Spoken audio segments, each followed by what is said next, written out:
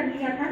और जब पीएचडी के सिलसिले में मैं प्रमोद जी के पास गई तो उन्होंने मुझे मुक्तिबोध को ऑब्स्क्योर कहा और मेरी लिटमस टेस्टिंग की।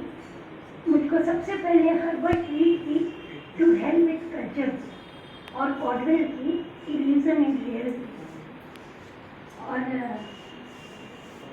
रिसर्च करते हुए और सारे रेफरेंसेस के साथ गुजरते हुए और रिसर्च के अंत में उनको मानना पड़ा कि गुरु 99 दाम देता है, मैंने तुम्हें 100 सिखाया और तुमने मुझे 101 वापस किया।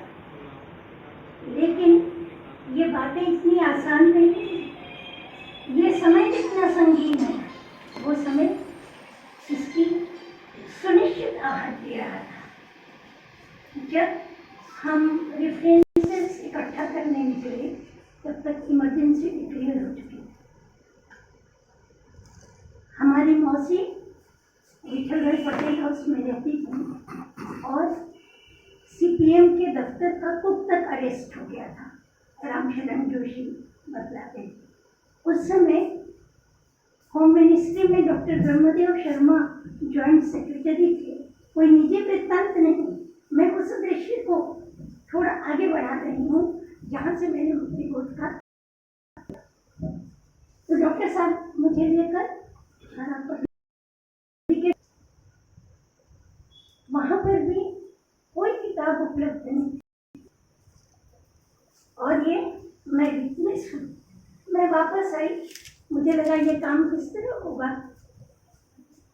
फिर डॉक्टर साहब ने मुझसे कहा, डॉक्टर ब्रह्मदेव शर्मा ने, कि ये तुम किस पर पीएचडी कर रही हो, तुम्हारे सारे लेखक समुदाय के लोग मीसा में बंद हैं, नागर सभी लोग।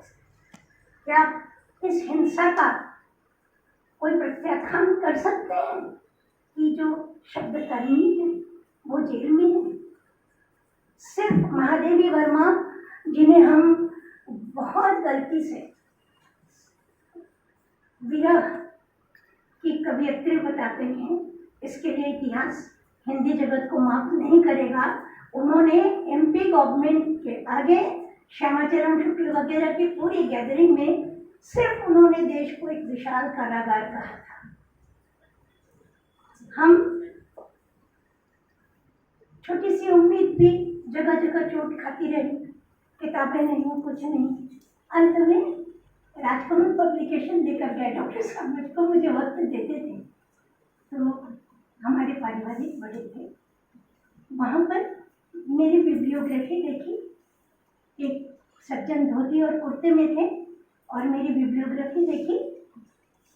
आपको ये जानकर आश्चर्य होगा कि तब दिल्ली यूनिवर्सिटी में जो उसकी पहुंच थी मैथिली शरण गुप्त यानी द्विवेदी युग तक थी और यहाँ प्रमोद वर्मा और इन सभी लोगों के रेनेसा के चलते मुक्तिबोध हमारे पाठ्यक्रम में। हम दिल्ली से बहुत आगे चलने वाले हो गए, इसलिए अपने क्षेत्र का अभिमान तो मुझ में बहुत है। तो वहाँ पर उनने देखा बिब्लियोग्राफी को और कहा कि आपके गुरु बहुत काबिल गुरु हैं, आप मन लगाकर पढ़िए और ये काम करिए। तो डॉक्टर साहब ने कहा, इनको पहचाना? नहीं, ये नामवर सिंह है। तो इस तरह ये यात्रा शुरू हुई और मुक्तिबोध के संघर्षों को हाईलाइट करने की तो बाहर से कोई विशेष जरूरत नहीं है। सारे संघर्ष और सारी चुनौतियों को उन्होंने पराजित किया। वे उनके भीतर का जो रेनेसा था, उनके भीतर की आइडियोलॉजी का जो प्रकाश था, वो उसके सहारे बढ़ते रहे। तो मैंने सोचा जितना कुछ ऑनेस्टली गैदर करके फैक्ट को ताश के पत्तों की तरफ फेंट कर जयप्रकाश जी ने रखा है, उसको वो तो एक सनद है। मैंने ऑनेस्टली माना है कि जीवनी विधा पर आवारा मसीहा के बाद विष्णु प्रभाकर जी ने शरद चंद्र पर लिखी आवारा मसीहा के बाद ये एक अत्यंत महत्वपूर्ण है।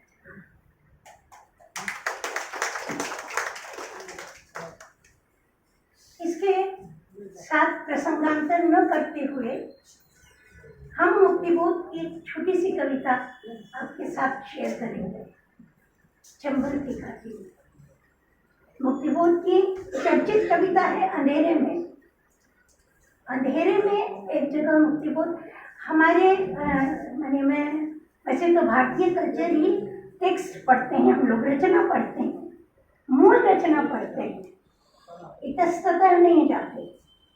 मैंने जब मुक्तिबोध को पढ़ा, मुक्तिबोध ऑब्सक्योर कह दिए गए थे, मुक्तिबोध पर बहुत बेहुदा टिप्पणियां भी की गई थी और उनके वो बड़े बड़े सुरियलिस्टिक इमेज, उनकी वो जो फैंटेसीज हैं, उनके जो फ्रॉइड, एडलर और यूंग से प्रभावित आर्केटाइपल इमेजेस हैं, जैसे बदर, पीपल, भैरव, रात का पक्षी,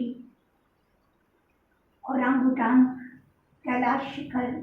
तो भारतीय मिथ, पुराण और आर्केटाइपल आदिम बिंबों की जो रेंज है मुक्तिबोध में, वो कहाँ से आती है ये नाम देना भी मुश्किल है। वो हमारे अनकॉन्शियस माइंड से आती है। हमारा अनकॉन्शियस माइंड हमारे सबकॉन्शियस माइंड को विचित्र भेजता है। ये तो रावण जैसा आदमी है, हम क्यों बोलते हैं? हमारा अनकॉन्शियस माइंड हमारे सबकॉन्शियस माइंड को प्रेरणा देता है कि इस शैतान आदमी को रावण कहा जाए।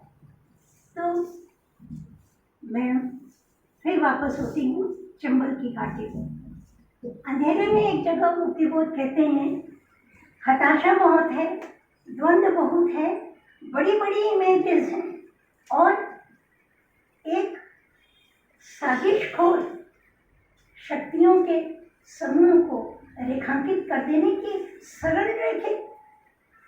हाय हाय मैंने उन्हें देख लिया नंगा, इसकी मुझे सजा मिलेगी। भागो, भागता में दम छोड़ घूम गया कई मोड़। भीड़ पीछे से चिल्लाती है, cross him, examine him mister Gupta. उसकी संस्था के सेक्रेटरी को ढूंढ निकालो, शायद उसका ही नाम हो आस्था। फिर उनकी स्क्रीनिंग की जा रही है, टूट रही है, इस तरह के इमेजेस आते हैं। बहुत पैशन, बहुत प्रबलता। और फिर वो कविता बड़ा नाटकीय टर्न देती है। यानी ज़्यादा न कहना चाहकर भी ये रेखांकित करने की ईमानदारी बरतनी है मुझको कि मुक्तिबोध में नाटक है, कविता में आख्यान है, कथा है, द्वंद्व है, हताशा है, लेकिन कहीं दूर एक उम्मीद। बूटों दबा तीन ढेला, कैलाश शिखर होना बात। तीसरी पंक्ति है, कैलाश शिखर पर बैठेंगे। इरादा ऊर्ध्व की तरफ, अंधेरा चाहे जितना घना। तो चंबल की घाटी पर हम फिर वापस आते हैं। उसमें है, जमाना खराब है,